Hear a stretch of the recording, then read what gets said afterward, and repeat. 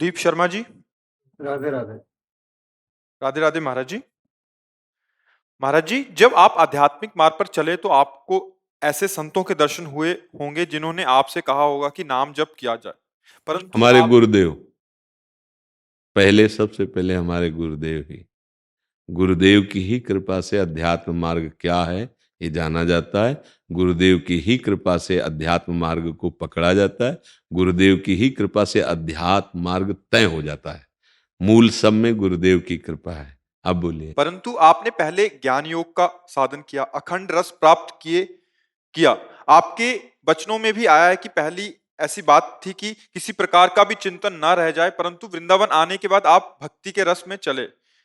मैंने स्वामी रामसुखदास जी महाराज जी के मुख से सुना है कि जीवन मुक्त ही असली भक्ति का अधिकारी होता है। आप भी अखंड रस से भक्ति रस में गए।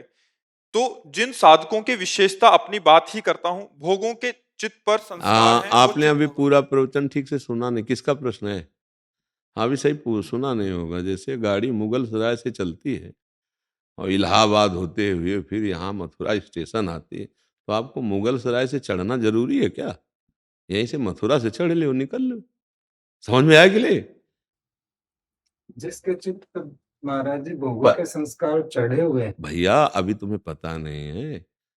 अगर तुम्हारा विश्वास और श्रद्धा हो जाए तो तात स्वर्ग अपवर्ग सुख धरी तुलाए कंग तूल न ताय सकल मिल जो सुख लव सत्संग। इसका तुम कभी चिंतन करना। तुमने तो साधन पक्ष का चिंतन किया, कृपा पक्ष का तो चिंतन किया नहीं। भगवान अपने जिन जनों से जगत मंगल करवाना चाहते हैं उनको कसौटी पर कसते हैं और विविध मार्गों का ज्ञान और अनुभव करा कर लाते हैं। लेकिन जो भगवान के निज जन बनना चाहते हैं उनको विविध मार्गों में दौड़ने का श्रम नहीं करना होता।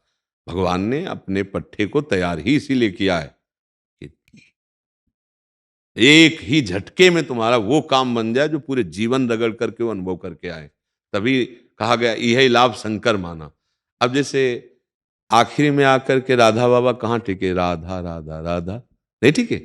बचपन से कितनी भारी उपासना, ऐसा साधन, अब आखिरी से इस अधम को क्या मिला? राधा राधा राधा। तो हम आपको क्या कह रहे हैं? राधा राधा राधा। अब आपको लग रहा है मेरा अंतःकरण विषयी है, मैं अपवित्र हूं, मैं ऐसा हूं। अगर हम अपनी जमीन किसी को दे देते हैं, किसी के नामे कर देते हैं, अब वो उसमें घास उगाए, बमूल लगाए, आम लगाए, पीपल लगाए, अब हमारा कहने का अधिकार नहीं होता। थोड़ी हम समर्पण की ऐसी वृत्ति लावें कि हमने गुरुदेव को, हमने प्रभु को अपना जीवन दे दिया। दिया नहीं वास्तविक, क्योंकि अहम है तभी विकार है। हमने दे दिया ऐसा मानना शुरू करते हैं, वचन की शरणागति, तब हमारी क्रिया में शरणागति उतरेगी और हमारे हृदय में उतरेगी। वो सब संभाल लेंगे। हमारे प्रभु का ऐसा करुणा में स्वभाव है कि वचन से भी कोई कहने लगे कि हे नाथ मैं आपकी शरण में हूं, वो संभाल लेंगे। हृदय विकारी होता है देहाभिमान के कारण और हृदय निर्मल होता है भगवान की सन्मुखता के कारण। सन्मुख होए जीव मुझ जब वहीं जन्म कोटि अघना से, तो आपको साधु संग मिल गया। आपको भगवान की सन्मुखता कैसे होती है ये भी समझ लिया। अब आप अपने को लिए क्यों बैठे हैं? छोड़ो अपना चिंतन, उनका चिंतन करो जिनके चिंतन करने से निर्मलता आती है। हम नीच हैं, अधम हैं, एक बार समझ लिया ना, अब बहुत बढ़िया है। अब हमको उनकी तरफ देखना, वो करुणामय है, कृपामय है, बड़े सामर्थ्यशाली हैं, एक क्षण में घोर पापी को भी महात्मा बना देते हैं। अपिचेत सुदुराचारो भजते माम अनन्य भाग साधुरीव मंतव्या सम्यक व्यवसिता हिस्सा। अगर हमारे अंदर ये अहंकार बना रहे कि मैं तपस्वी हूं, मैं जितेंद्रिय हूं, मैं व्रतधारी हूं, भैया सबसे बड़ा कूड़ा करकट ये जमा है, भगवत प्राप्ति नहीं होगी। और अगर हमारे अंदर मैं नीच हूं, अधम हूं, अब गुरुदेव ने कृपा की सतमार्ग मिला, हमको बताया कि राधा राधा, भैया और हमें तो कुछ ज्ञान है नहीं, कुछ जानते नहीं, बस उन्हीं की कृपा बल से राधा राधा राधा, पक्का भगवत प्राप्ति हो जाएगी। देखो डिब्बे में ज्यादा ताकत नहीं होती, ताकत होती इंजन में।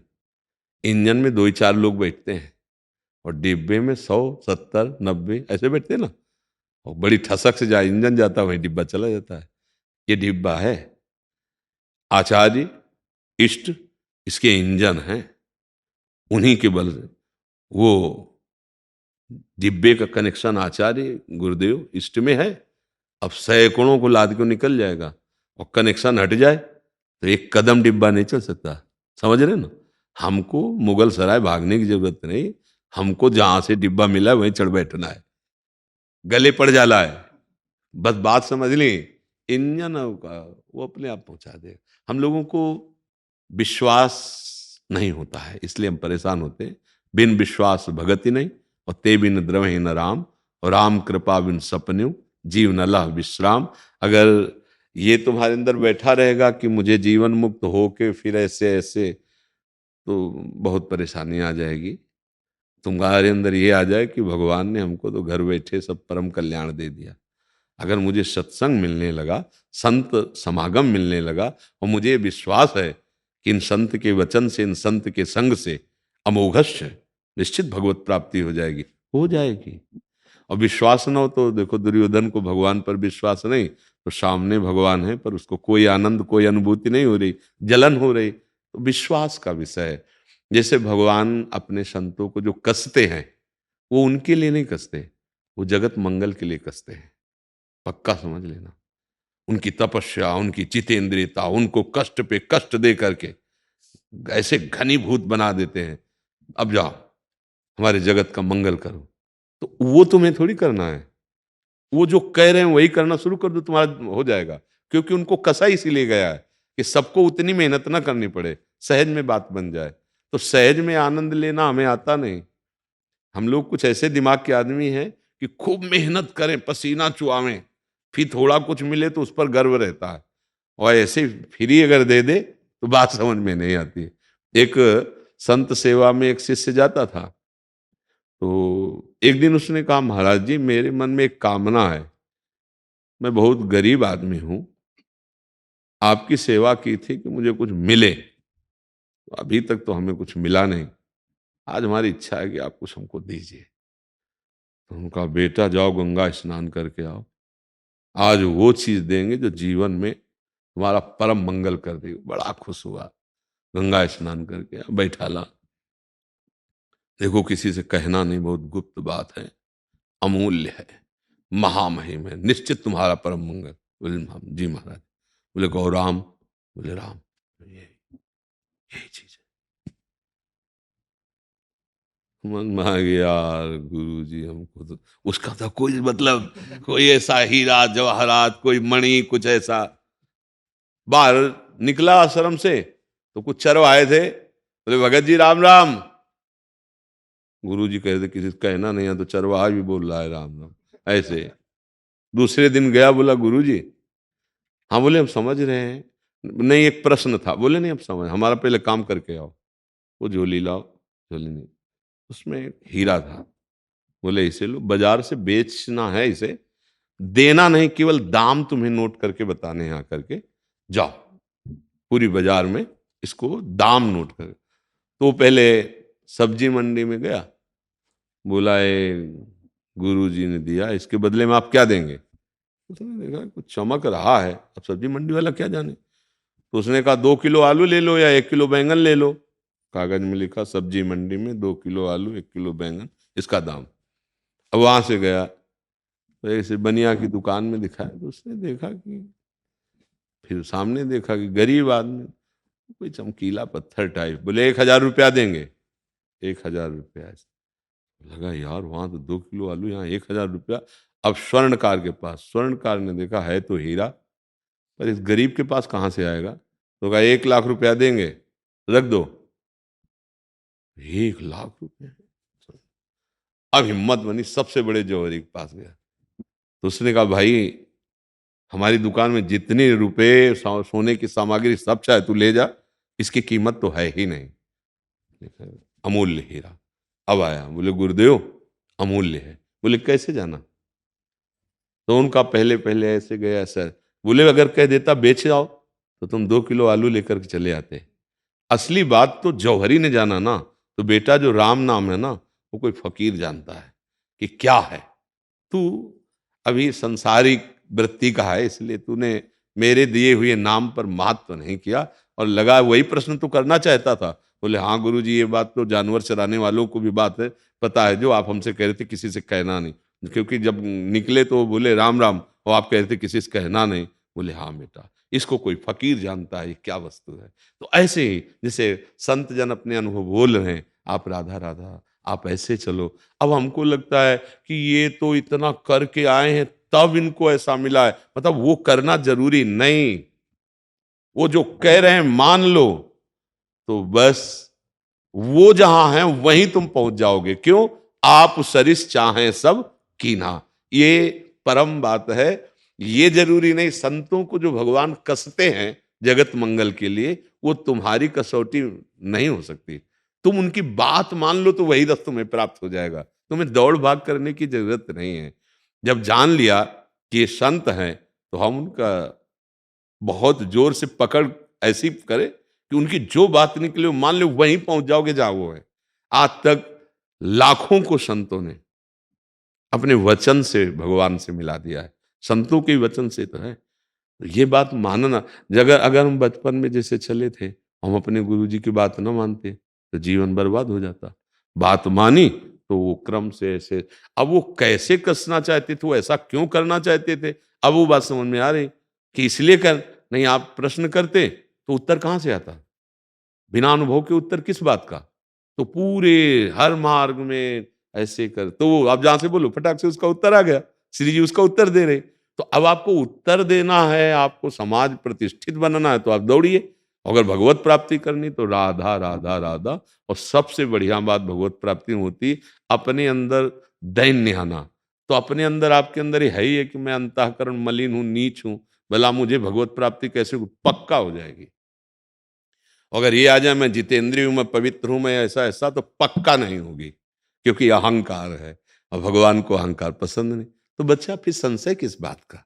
हम जैसे हैं प्रभु के हैं, हमारी जो गंदगी हुई है वो भूल से हुई है। अब हम प्रभु की शरण में हैं, वो करो सद्यते साधु समाना, भगवान कह रहे मैं उसे साधु बनाऊंगा। अब मुझे चिंता क्या है? मुझे अब चिंतन करना है, राधा राधा राधा। हमसे जितना बन सकता है नाम जप करते हैं और प्रभु से प्रार्थना करते हैं कि प्रभु आपके प्रतिकूल कोई आचरण ना हो। अगर कोई आचरण ऐसा हमारे अंदर है तो आप महाराज मुझे बल दो कि मैं गंदा आचरण ना करूं, आपको राजी करना चाहता हूं। आप देखना आपके अंदर वो बल आ जाएगा। पर ये भक्ति है, सरस भाव से चलो। अब इसमें ज्यादा निगेटिव भाव लेकर के नहीं चला जाता है इसमें। रामायण में एक श्लोक पढ़ लिया था, पढ़ता हूँ तो उसका, विमल ज्ञान जल जब सो नहाई, तब रह राम भक्ति और छाई, से सुख संकाद। हाँ बच्चा बच्चा सुनो सुनो, देखो विमल ज्ञान क्या है? जहाँ मेरी बुद्धि जैसा काम करते महाराज, मैं समझता हूँ बच्चा, नाम से बढ़कर कुछ नहीं है। तुम राधा राधा या राम राम कृष्ण कृष्ण जप। उन्हीं गोस्वामी जी ने कहा है, मैं मेरी जीभ गर जाए जो मैं थोड़ा भी छुपा के रखूं। मेरे माई बाप दो आखर राम मां, इसी से सब प्राप्त हो गया है। तुम्हें जीवन मुक्तता चाहिए तो जीवन मुक्त हो जाओगे, विशुद्ध भक्ति चाहिए विशुद्ध भक्ति मिल जाएगी। देखो भगवान शंकर परम ज्ञानी होकर नाम जप करते कि नहीं? अस कई जपन लगे हरि नामा, आता नहीं रामायण में? जब वो ज्ञानी होकर नाम जप कर रहे हैं, सनकादि जी हरिशरणम हरिशरणम हरिशरणम, तो तुम अज्ञानी होकर हरिशरणम कहने में क्यों परेशान हो रहे हो? सब ज्ञान आ जाएगा भैया। जब छत की बातें हों तब हमको सीढ़ी की बात देखनी है, क्योंकि उससे हमें चढ़ के जाना है। नाम ही साधन है, नाम ही परम सिद्धि है। तुम नाम जप करके देखो, अगर तुम्हारे अंदर विकास ना होने लगे ज्ञान का, प्रकाश ना होने लगे प्रेम का, तब हमें बताना। पर पहले पाप नष्ट होने दो। कोई भी ऐसा महात्मा नाम हमें नाम लेके बताओ जो सिद्ध होने पर भी भजन न कर रहा हो। तो साधक होने पर हम तो भजन करेंगे तभी तो होगा। गोस्वामी जी की चौपाई नहीं पढ़ी क्या? वो दोहा बारी मथे घृत होए बर सिकताते बर तेल, इस पर क्यों नहीं आ रहे? मार घूम रहे हो अटारी अटारी में। अटारी में मत घूम, सीढ़ी में चल। विनिश्चितम बदामिते नान्यथा बचांस में हरिम भजंती नरा भवसागर तरंती थे। बारी मथे घृत होए बर सिकताते बर तेल, बिनु हरि भजन न भवतरी। या सिद्धांत याद कर लो, राम नाम मणिदीप धर जी देवरी द्वार तुलसी भीतर। तो कहां फंसे हो? केवल याद करके बोलना चाहते हो क्या? तो फिर चल देख कौन सा ज्ञान बकाया रह जाता है जो तेरे अंदर ना आ जाए, कौन सी ऐसी वृत्ति है जो तेरे अंदर न जागृत हो जाए। भाई भजन तो बच्चा करना पड़ेगा। सिद्ध पुरुष क्या कर रहे हैं? आप हमें किसी भी सिद्ध का नाम लो कि वो भजन नहीं कर रहा, ऐसा बताओ हमें। कोई भी ऐसा सिद्ध नहीं। ज्ञान सिद्ध, भक्ति सिद्ध तो उनका स्वभाव ही बन जाता है, पर ज्ञान सिद्ध महापुरुष भी सनकादि बोध संपन्न हरीश शरणम हरीश शरणम हरीश शरणम। श्री सुखदेव जी 18,000 श्लोक भागवत के गान कर रहे हैं। तो जो महापुरुष जन कर रहे हैं, अगर हम करें तो वही महापुरुषों की स्थिति हमारे अंदर भी आ जाए। आप डाल डाल पात पात भागने की कोशिश करोगे तो शास्त्र रूपी जंगल में फंस जाओगे। मूल पकड़ो, प्रेम मूल यह नाम है। आप ये चौपाई पढ़े हो कि राम राम भी नहीं कह पाते थे, मरा मरा मरा। फिर क्या हुए? बोले ब्रह्म ऋषि। कैसे? भगवान के चरित्र भगवान के अवतार के पहले लिख दिए। ये विमल ज्ञान कहां से आया? राम राम राम। समझ लो, ये हम बहुत तुम्हें हर शास्त्र, हर संत, हर मार्ग के जहां जहां से सब शोध के बाद तुम्हें बता रहे। अब बच्चा ना समझोगे तो फिर अब ढूंढो विमल ज्ञान किस सरोवर में मिलता है। ढूंढो विमल ज्ञान कहाँ मिलता है। और कहीं ढूंढने की जरूरत नहीं है, शुरू कर दो राधा राधा राधा राधा, राम राम कृष्ण कृष्ण हरि हरि, जो जो यहीं प्रकट हो जाएगा। यह अनुभव की बात कह रहे हैं, यहीं प्रकट हो जाए। पढ़ लिख करके यात्रा नहीं होती है। बोले यहां से 500 किलोमीटर दिल्ली है, ये है वो है वो, तो आप पहुंच गए क्या दिल्ली? मत पढ़ो, दिल्ली का मार्ग मिल गया और आप चलना शुरू कर दो, एक दिन पहुंच जाओगे। मार्ग है भगवन नाम जप चिंतन, अनन्य चेता सततम, यो माम स्मृति नित्य सा तस्याहम सुलभा पार्थ। अहम सुलभा भगवान कह रहे हैं। तो हमें नाम जप करना है, हमें चिंतन करना है। बच्चा जो सिद्ध हो गए उनका सतत चिंतन होता है, जो साधक हैं वो सतत चिंतन का अभ्यास करते हैं। नाम जप करो, ज्यादा इधर उधर शास्त्रों में भागने की कोशिश मत करो। मेडिकल स्टोर पूरा भरा है, लेकिन रोगी के अनुसार दवा सदगुरु देता है। अगर स्वयं मेडिकल स्टोर से लेके खाएगा तो उसको नुकसान पहुंच सकता है।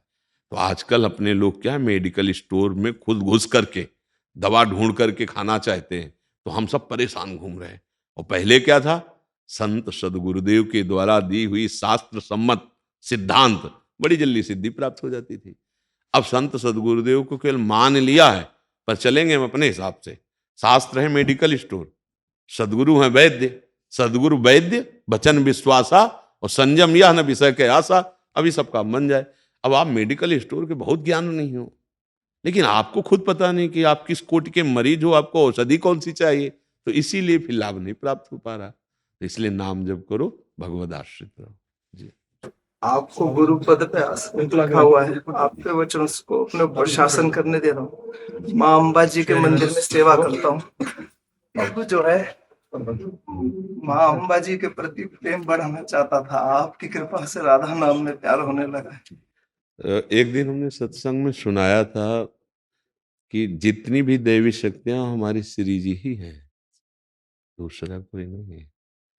अगर भगवान ब्रह्म है तो वो मूल प्रकृति है, भगवान राम तो सिया जी हैं, भगवान नारायण तो लक्ष्मी जी हैं, भगवान शिव तो वही अम्बा जी हैं, दूसरा कोई नहीं है।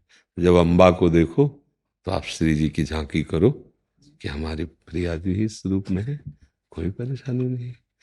हाँ, समस्त शक्तियां श्री जी के अंश है और समस्त अवतार भगवान के। ये मूल बिहारी जो बिहारी जो है, बिल्कुल बस सुलझना है, हमको कहीं फंसना नहीं है, सुलझना है। मेरे आराध्य देव के सिवा दूसरा कोई नहीं है। अगर हम अम्बा को देखते हैं तो हम अपनी प्रियाजू की भावना करते हैं ना, कि अपने जनों की रक्षा के लिए ऐसे मृदु स्वभाव वाली इतना गुस्सा कर सकती हैं। देखो, सिंह पर सवार होकर के रक्तबीज शुंभ निशुंभ ऐसों को मिट्टी में मिला दिया जिनको किसी देवता की सामर्थ्य नहीं थी। अब रक्तबीज के लिए कोई सवाल ही नहीं था कि उसको मारा जा सके। एक बूंद भी रक्त गिरा तो दूसरा रक्तबीज तैयार हुआ, गर्दन काटी तो लाखों रक्तबीज तैयार हो गए। अब एक को तो संभल नहीं रहा था, लाखों तैयार हो गए। फिर तो सबने प्रार्थना की, तो आद्या शक्ति ने वो रूप धारण किया, योजन लंबी जिह्वा, और लपेटा, मारा, और उसी में पी गई खप्पर भी उसी में, एक भी रक्त बीज ने चाट के फेंक दिया सबको। वो अम्बा शक्ति। शुंभ निशुंभ ऐसे बलवान देवता भी कांपते थे। माता जी ने अपना स्वरूप धारण किया। उन्होंने खबर भेजी, एक दूत गया, वो बताया कि बहुत सुंदर स्त्री रत्न विराजमान है, पर वो बहुत बलवान है और वो आपके योग्य है। तो शुंभ निशुंभ ने कहा आदर सहित ले वाला, बोले हम बात कर चुके हैं। वो कह रहे हैं पति हम उसी को बनाएंगे जो हमें बलपूर्वक परास्त कर दे। तो उसने कहा केश कर्षण निर्धूता गौरवा म गरिष्यति, जाओ बाल पकड़ के घसीटते हुए उसके गौरव को धूल में मिला दो, तुम हमारे दूत हो। भगवती ने उनसे कहा नजदीक सिंह को तो साक्षात काल है, काल की सवारी है वो भक्तों के लिए गाय से भी सीधा है और दुष्टों के लिए काल विकराल काल है। जे शुंभ निशुंभ काट के फेंक दिया। महिषासुर मर्दिनी, जहां देवता नहीं काम कर पाए वहां मां ने सब सारे कार्य कर दिए। तो कौन है? वो दैवी शक्ति है, हमारे प्रभु की ही तो अंश है ना। तो हम उन्हीं को देखते हैं कि जिनका, जैसे हमारे नवकिशोर लाल जी कितने सुकुमार हैं, पर प्रहलाद जी पर जब इतना अत्याचार किया तो नरसिंह बप्पू ने धारण किया गुस्सा करके, इतना भयंकर रूप धारण। ऐसे ही जो अत्यंत सुकुमार तत्व करुणामयी हैं, वही जब अपने देखते हैं शरणागतों पर भय का अवसर अब कोई नहीं संभाल रहा, तो फिर शिव को भी चरणों पे लौटना पड़ा, ऐसा रूप धारण कर लिया। नहीं धारण कर ले तो हम उसी को स्वरूप दे, हम अलग क्यों माने? हम अपनी भावना को विस्तृत कर दें, विस्तार कर दें, ठीक है ना। शशिकांत जी, श्री श्री हरिवंश महाराज जी, आपके चरणों में कोटि कोटि प्रणाम। महाराज जी, आपका सत्संग सुनने के पश्चात श्री जी की कृपा से वृंदावन वास करने का सौभाग्य प्राप्त हुआ। महाराज जी, घर में भक्ति का वातावरण होने से माता पिता ने बचपन से ही नाम जप और स्वाध्याय में लगाया। महाराज जी, मैं श्री जी की कृपा से नाम जप करता हूँ एवं रामचरितमानस और गीता जी का पाठ भी करता हूँ। महाराज जी, उत्तरकांड की एक चौपाई है, जो करणी समुझे प्रभु मोरी, नहीं निस्तार कलप सतकोरी, जन अवगुण प्रभु मान न काहू, दीन बंधु अति मृदुल स्वभाव। महाराज जी, इस चौपाई में भरत जी अपनी कौन सी करनी की सोच रहे हैं जिसका दैन विस्तार 100 कल्पों भी। दैन्य, ये भक्तों का दैन्य होता है कि प्रभु हम ऐसे अवगुणी हैं कि हम अगर चाहें तो करोड़ों कल्पों तक अपना उद्धार नहीं कर सकते। जैसे पूर्ण प्रेम, ज्ञान, वैराग्य, भक्ति सबको प्राप्त हुए गोस्वामी तुलसीदास जी महाराज हैं। सर्व ज्ञान है, पूर्ण भक्ति है, पूर्ण वैराग्य है, पूर्ण स्थिति है। और क्या कह रहे हैं? जो मैं अपने अवगुण कहूं बाढ़ई कथा। कैसे बात करें? अगर मैं अपनी गलतियां, अपने अवगुण वर्णन करूं तो पूरी पोथी भर जाएगी। जो मैं अपने अवगुण कहूं बाढ़ई कथा पार नहीं लाऊं, ताते मैं कुछ अलप बखाने। आगे क्या कहने? थोड़े मोह समुझे सयाने। जो प्रवीण लोग हैं हमारे अंतर की बात को समझ जाएंगे। भरत जी, और वो फिर अवगुण नहीं नहीं। भरत सरिस को रामु सनेही, जग जपु रामु रामु जपु जेही। भरत जी के समान प्रेमी कौन हो सकता है?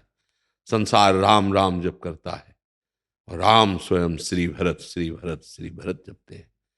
भरत सरिस को रामु सनेही, जगु जपु रामु रामु जपु जेही। ये भक्त की धन्यता होती है। अगर सूरदास जी के श्रीमुख से सुनो तो कह रहे हैं, मोसम कौन कुटिल खल कामी, जिन मुको तन दियो ताको ना भजन कियो, ऐसो नोन हरामी।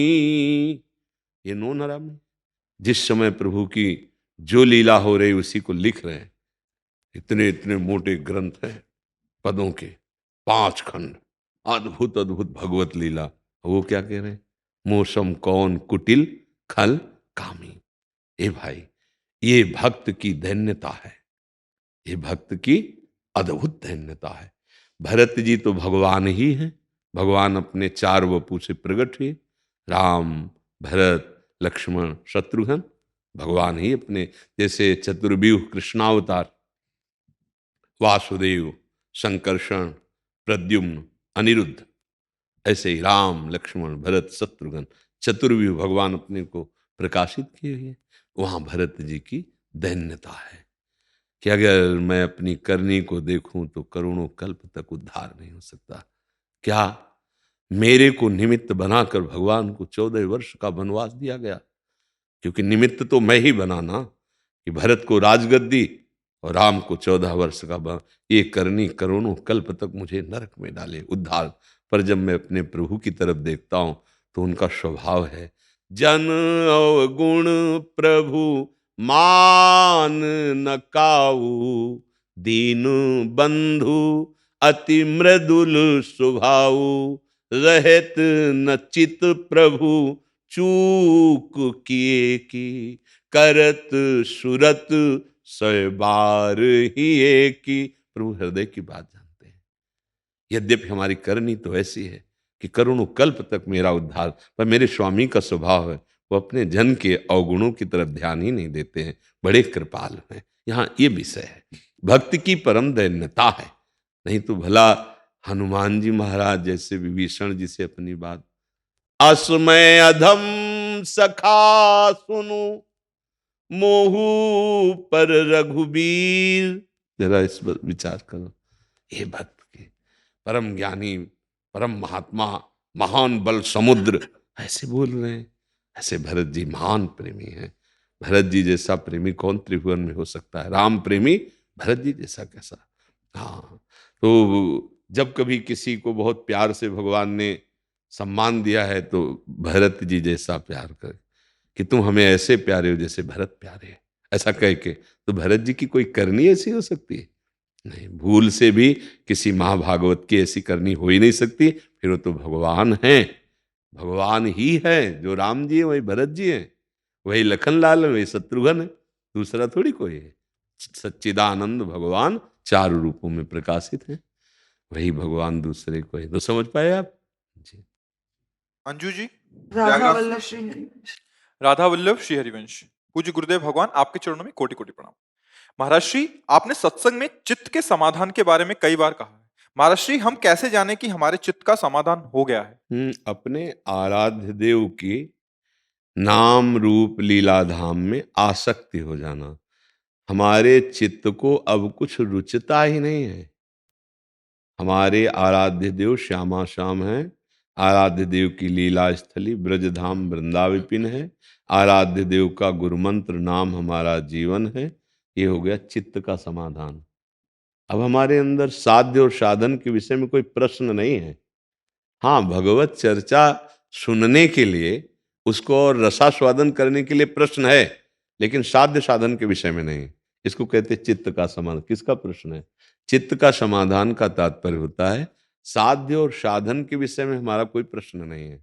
हाँ, साध्य का रसास्वादन करने के लिए और लीला का रहस्य प्रकाशित करने के लिए हम फिर प्रश्न कर सकते हैं। जैसे रामायण में बहुत प्रश्न किए हैं, भरद्वाज जी याज्ञवल्क्य संवाद हो रहा है, काकभूषुंड जी गरुण जी का संवाद हो रहा है, ऐसे तो है। लेकिन चित्त का समाधान हो गया, साध्य साधन के विषय में संशय नहीं। तो इसीलिए कहते हैं बहुत जल्दी चित्त का समाधान कर लीजिए, अर्थात साध्य साधन को निश्चित कर लीजिए, चौराहे पे ही मत खड़े रहिए। क्योंकि हमने देखा कि 50 वर्ष हो गए, अष्टांग योग की बात करवा लो, ज्ञान योग की बात करवा लो, कर्म योग की बात, सब बातें हो रही हैं, लेकिन चले एक कदम किसी तरफ नहीं। तो चल दो, किसी एक मार्ग को लेकर चल दो, साध्य साधन के विषय में संशय मत रखो। उसको कहते हैं चित्त का समाधान। चित्त का समाधान हो गया। हमारे आराध्य देव कौन है, उनका मार्ग क्या है, हमें क्या करना चाहिए, क्या नहीं करना चाहिए, चित्त का समाधान हो गया। गुरु का आश्रय लेकर के हम अपने चित्त का समाधान कर लें। बात समझ में आ गई जी? ऐसा अजय कुमार सिंह जी, मथुरा से। राधे राधे महाराज जी, आपके चरणों में कोटि कोटि प्रणाम। महाराज जी, मुझे श्री जी की कृपा से राजकीय सेवा में रहते हुए वृंदावन धाम की सेवा करने का अवसर मिला है। सेवा के तहत मुझे वृंदावन में वृक्षारोपण का अवसर मिला है। महाराज जी, भविष्य में वृक्षारोपण के तहत हमें वृंदावन में पुराने स्वरूप को वापस पाने के लिए किन वृक्षों का वृक्षारोपण करना चाहिए महाराज जी, थोड़ा मार्ग। अब सबसे बड़ी बात यह है कि जगह कहाँ रह गई है। जैसे हम आपसे प्रश्न करें ना, तो अब बिल्डिंगें बन रही हैं। अब जैसे हमारे वृंदावन का करील, कदम, तमाल, अशोक, बट, मतलब बट वृक्ष समझ ना, अब इनके लिए कितनी विशाल जगह चाहिए। एक बट वृक्ष 1 बीघा में अकेले अपने फैला देगा, उसकी बहुत डालों से भी जड़ आ जाती है ना। अब बहुत, ये तो बहुत ही मतलब दुख का विषय है कि जहां लताएं होती जगह खरी जाती, पहले लताएं हटा दी जाती है।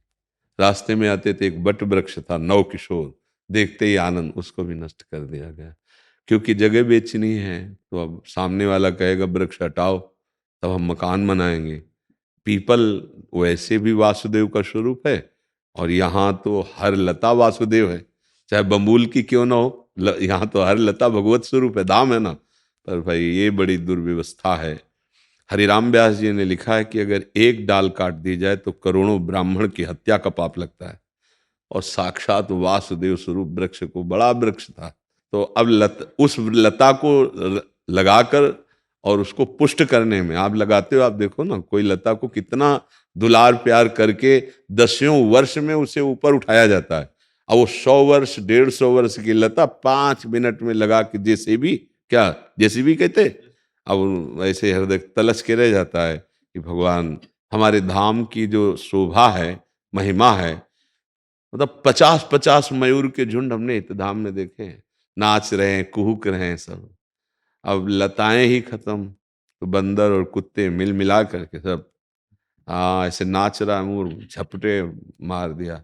अब वृक्ष ही धीरे धीरे धीरे, अब ये कुछ चंद वृक्ष रह गए, मदन टेर और श्री जी का जो बगीचा इधर, और उधर टटिया स्थान उधर, ऐसे अब हर जगह जगह खरीद के बिल्डिंग बनाई जा रही लताओं का। तो अब ये कि जैसे मार्ग में आप लताएं लगा रहे हैं, तो बिजली के तार में अगर वो आ रही तो काट के फेंक दी जाएगी, है ना।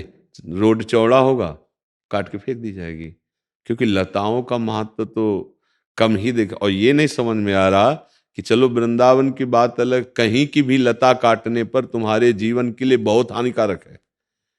ये जो कार्बन डाइऑक्साइड फैल रही है, ऑक्सीजन कम हो रहा है, ये जो बड़ी बड़ी बीमारियां हो रही हैं, इसका कारण हम ही लोग हैं। पहले देखो कितने 10-10 बीघा आम का बगीचा, 10-10 बीघा।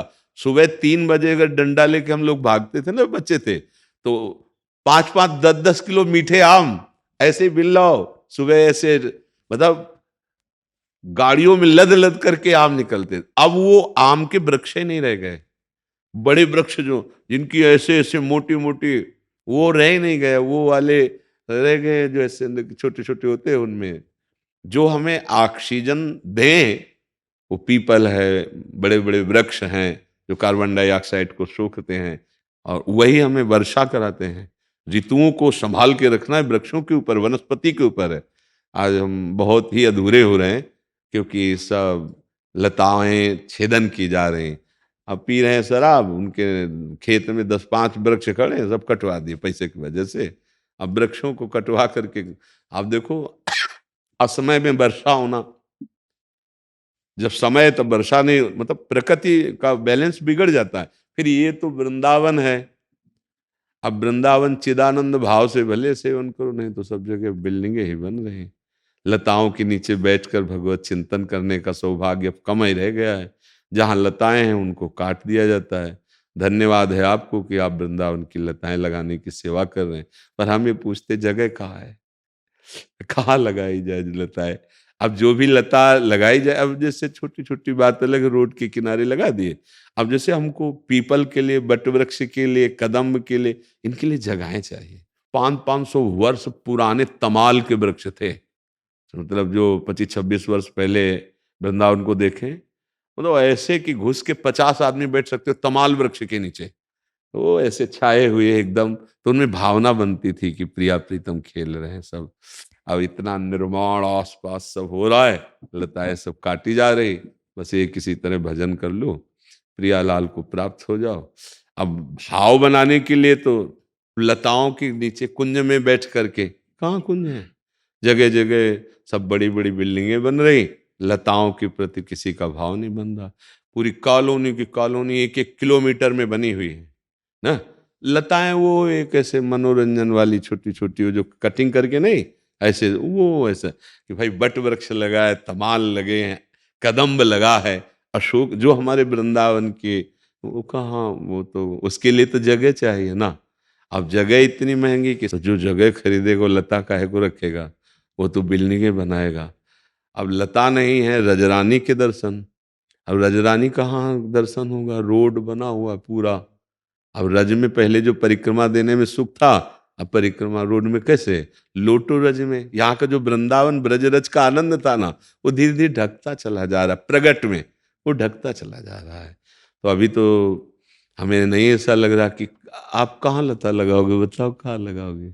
ये तो महाराज जी ये मथुरा वृंदावन पे 400-500 कदम के पेड़ लगवाए थे रास्ते में, किनारे के। किनारे किनारे। हाँ, अब उनको जब फैलने की जगह मिली तब ना, आप ज्यादा से फैलेंगे, काट दिए जाएंगे। आप विचार करो ना, अब कदम जैसे, तो उसके फैलने के लिए आधार जगह का तो चाहिए ना। तो इसीलिए हमें बड़ा संकोच, जैसे यहाँ परिक्रमा पीपल लगे हैं, और वो जब बढ़ेंगे, ऊपर से तार गए हैं, वो काट देते हैं, डालियां काट के गिरा देते हैं, बड़ी बड़ी डालियां काट देते हैं। वो एक अधूरा सा स्वरूप। लेकिन वो जो स्वरूप कि झूम झूम के लताएं भूमि को छू रही हैं, और हम उनमें बैठकर नीचे भावना करें, इसके लिए तो जगह चाहिए ना। ये तो धन्यवाद है कि आप कम से कम किनारे लगा तो रहे हैं, कम से कम उजाड़ तो नहीं रहे हैं। यहाँ तो मतलब बाहर के लोग जैसे आते हैं, जगह खरीदते हैं, तो हम एक बार सत्संग में प्रार्थना की थी कि 100 गज जगह खरीदो, 50 गज में आप अपने लिए बना लो, तो 50 गज में 1-2 छोटी लताएं लगा लो, तो भावना बनेगी प्रिया प्रीतम की। ये वन है, वनराज कहते हैं, वृंदावन वनराज कहते हैं। पर अब सब जगह ऐसा ही हो रहा है, जो बड़े बड़े धार्मिक स्थल हैं, तो धीरे धीरे धीरे जो तपोभूमि है, जो भजन की भूमि है, प्रेम की भूमि है, उसको बाहर से ना समझने के कारण विलासता की भूमि बना दी जाती है। जैसे बड़े बड़े ऐसे स्थान बने हैं कि आप पैसे से, तो आपकी दृष्टि में जैसे आप शहरों में जाते हैं, वैसे आप यहाँ आएंगे, जो शहरों में करते हैं वही आप यहाँ करेंगे। तो आपको जो लाभ मिलना चाहिए था धाम में, भगवत तीर्थों में, वो आप नहीं ले पाएंगे। अब यही बड़ी असुविधापूर्ण जीवन हो तो अभी तप बनने लगेगा। पूरा परिक्रमा मार्ग कच्चा था, कहीं बिजली नहीं थी, ये हम देखे हुए है। क्या रात्रि में देखो, एक से एक महात्मा माला लिए हुए परिक्रमा लगा रहे हैं, आनंदित हो रहे हैं। अब कहीं भूले भटके, वो केवल सीधा मार्ग था, अटल्ला चुंगी वाला पक्का, बकाया सब कच्चा था। बड़ा आनंद का विषय था, कहीं भी रज में बैठ जाओ कहीं। अब रजरानी मिलना मुश्किल है, ऐसे रज मिलना मुश्किल है। हाँ, घर बने संगमरमर।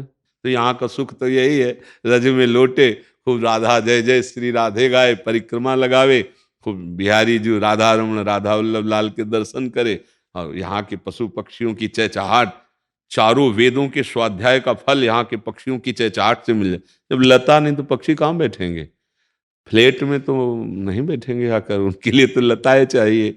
और लता के प्रति प्यार है नहीं। पर धन्यवाद आपको कि आप जो अभी हमारे ब्रजमंडल की लता जहाँ जहाँ जगह मिले उनमें जरूर रोपिए। और प्रिया प्रीतम बहुत सुखी होते हैं, क्योंकि उनका ये जो वृंदावन धाम है नित्य केली स्थल है।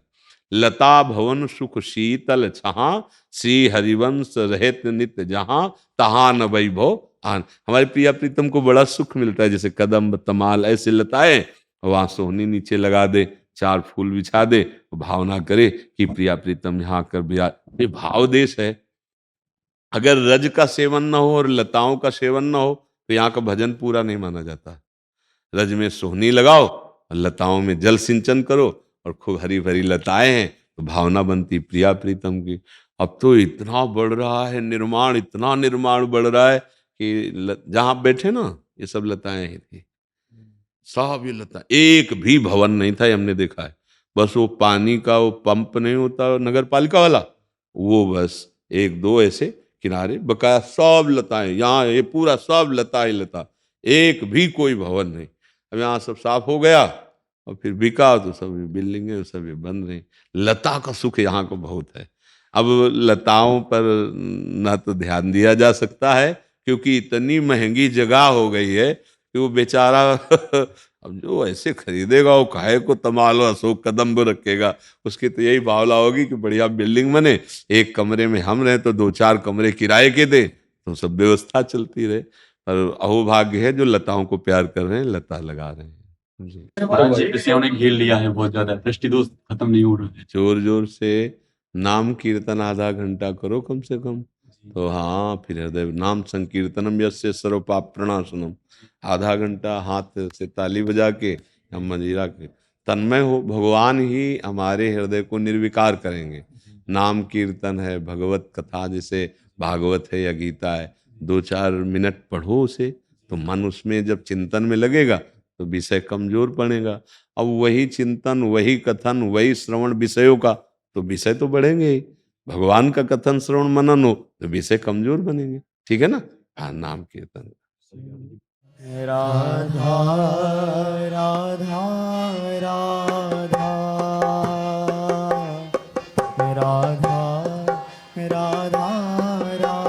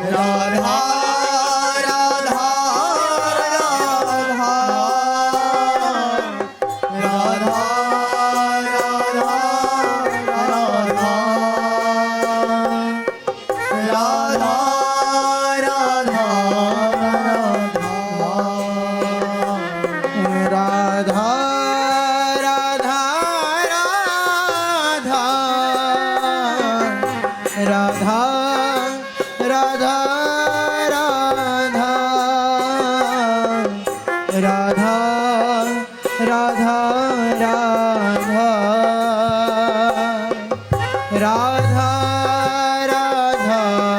राधा राधा